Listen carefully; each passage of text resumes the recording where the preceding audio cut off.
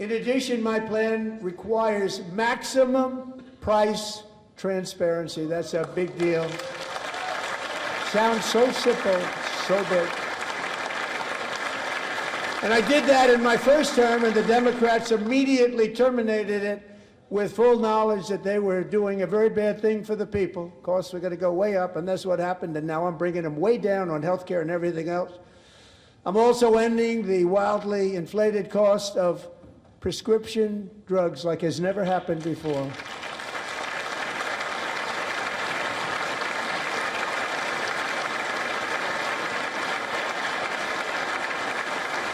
Other presidents tried to do it, but they never could. They tried. Most didn't try, actually. But they tried. They said they tried. They couldn't do it. They didn't even come close. They were all talk and no action, but I got it done. Under my just enacted most favored nation agreements, Americans who have for decades paid by far the highest prices of any nation anywhere in the world for prescription drugs will now pay the lowest price anywhere in the world for drugs. Anywhere, the lowest price.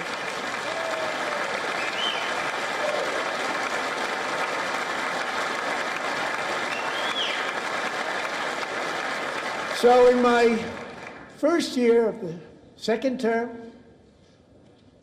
should be my third term, but strange things happen. I took prescription drugs, a very big part of healthcare, from the highest price in the entire world to the lowest. That's a big achievement. The result is price differences of 300, 400, 500, 600% and more, all available right now at a new website called TrumpRx.gov. And I didn't name that one either, by the way.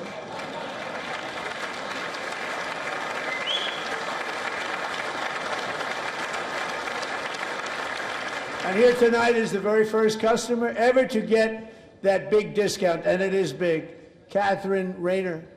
For 5 years, she and her husband have struggled with infertility, and they turned to IVF. One drug has been costing Catherine $4,000 to purchase, but a few weeks ago, she logged onto the TrumpRx website and got that same drug that cost $4,000, got it for under $500.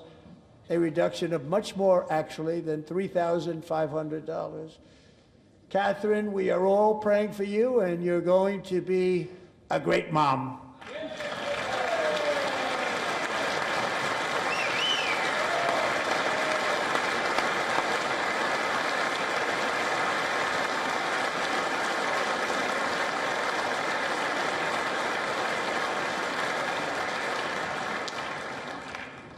So now I'm calling on Congress to codify my most favored nation program into law. Now, the one thing, I'm not sure it matters because it's going to be very hard for somebody that comes along after me to say, let's raise drug prices by 700 or 800%. But John and Mike, if you don't mind, codify it anyway. They may do it. Codify it anyway. Thank you. Many Americans are also concerned that energy demand from AI data centers could unfairly drive up their electric utility bills. Tonight, I'm pleased to announce that I have negotiated the new Ratepayer Protection Pledge. You know what that is? We're telling the major tech companies that they have the obligation to provide for their own power needs. They can build their own power plants as part of their factory so that no one's prices will go up. And in many cases, prices of electricity will go down for the community, and very substantially down. This is a unique strategy never used in this country before. We have an old grid. It could never handle the kind of numbers, the amount of electricity that's needed. So I'm telling them they can build their own plant. They're going to produce their own electricity. It will ensure the company's ability to get electricity while at the same time lowering prices of electricity for you, and could be very substantial for all of you cities and towns. You're going to see some good things happen over the next number of years. Another pillar of the American dream that has been under attack is home ownership. With us tonight is Rachel Wiggins, a mom of two from Houston. She placed bids on 20 homes and lost all of those bids to gigantic investment firms that bypassed inspection, paid all cash, and turned those houses into rentals, stealing away her American dream. She was devastated.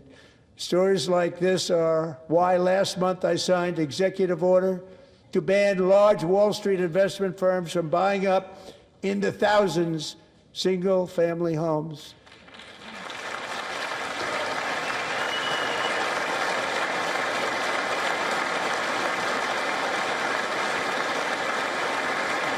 And now I'm asking Congress to make that ban permanent, because homes for people, really, that's what we want. We want homes for people, not for corporations. Corporations are doing just fine. Raysel, thank you very much. Good luck with your home. You'll get one soon.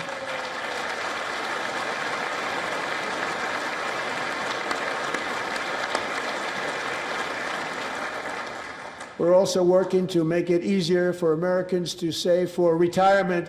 And under this administration, we will always protect Social Security and Medicare. They are not protecting it for our seniors. We will always protect Social Security, Medicare, Medicaid.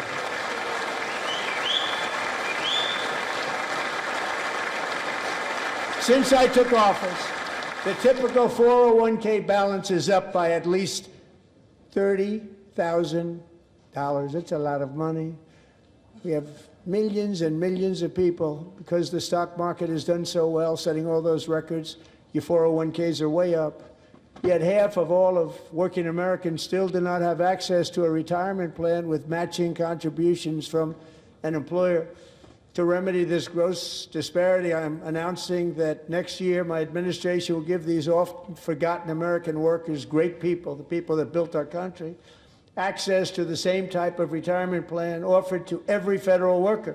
We will match your contribution with up to $1,000 each year.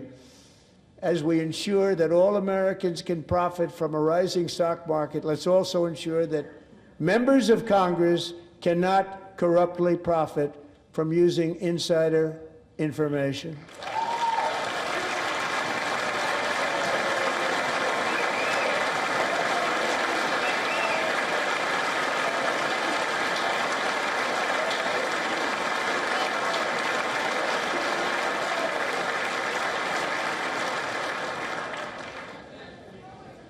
They stood up for that. I can't believe it.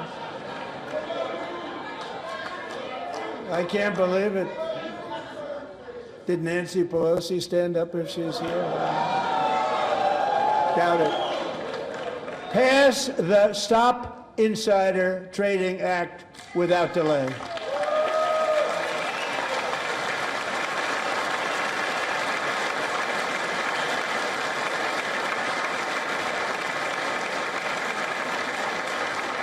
I wasn't sure if anybody even on this side was going to applaud for that. I'm very impressed. Thank you. I'm very impressed. But when it comes to the corruption that is plundering, it's plundering America. There's been no more stunning example than Minnesota, where members of the Somali community have pillaged an estimated $19 billion from the American taxpayer. Oh, we have all the information. And in actuality, the number is much higher than that. And California, Massachusetts, Maine, and many other states are even worse. This is the kind of corruption that shreds the fabric of a nation, and we are working on it like you wouldn't believe. So tonight, although started 4 months ago, I am officially announcing the war on fraud to be led by our great Vice President, J.D. Vance.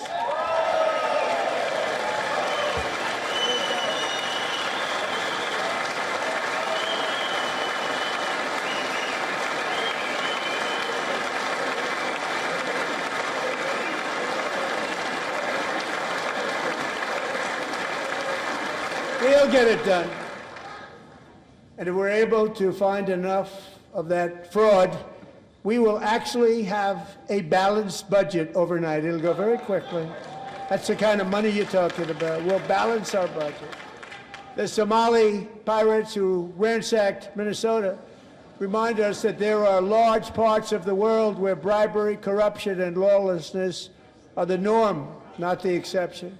Importing these cultures through unrestricted immigration and open borders brings those problems right here to the USA. And it is the American people who pay the price in higher medical bills, car insurance rates, rent, taxes, and perhaps most importantly, crime. We will take care of this problem. We're going to take care of this problem. We are not playing games. Delilah.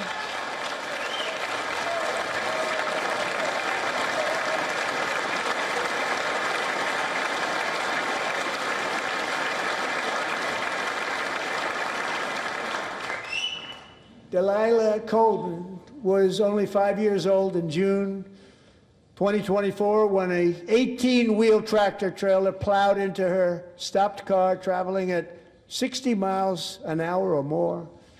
The driver was an illegal alien let in by Joe Biden and given a commercial driver's license by open borders politicians in California. Doctors said Delilah would never be able to walk or talk, have a good life. She wouldn't even be able to eat again. But against all odds, she is now in the first grade learning to walk. And she's here this evening with her dad, Marcus, a fantastic man. Delilah, please, you are a great inspiration. Please stand up.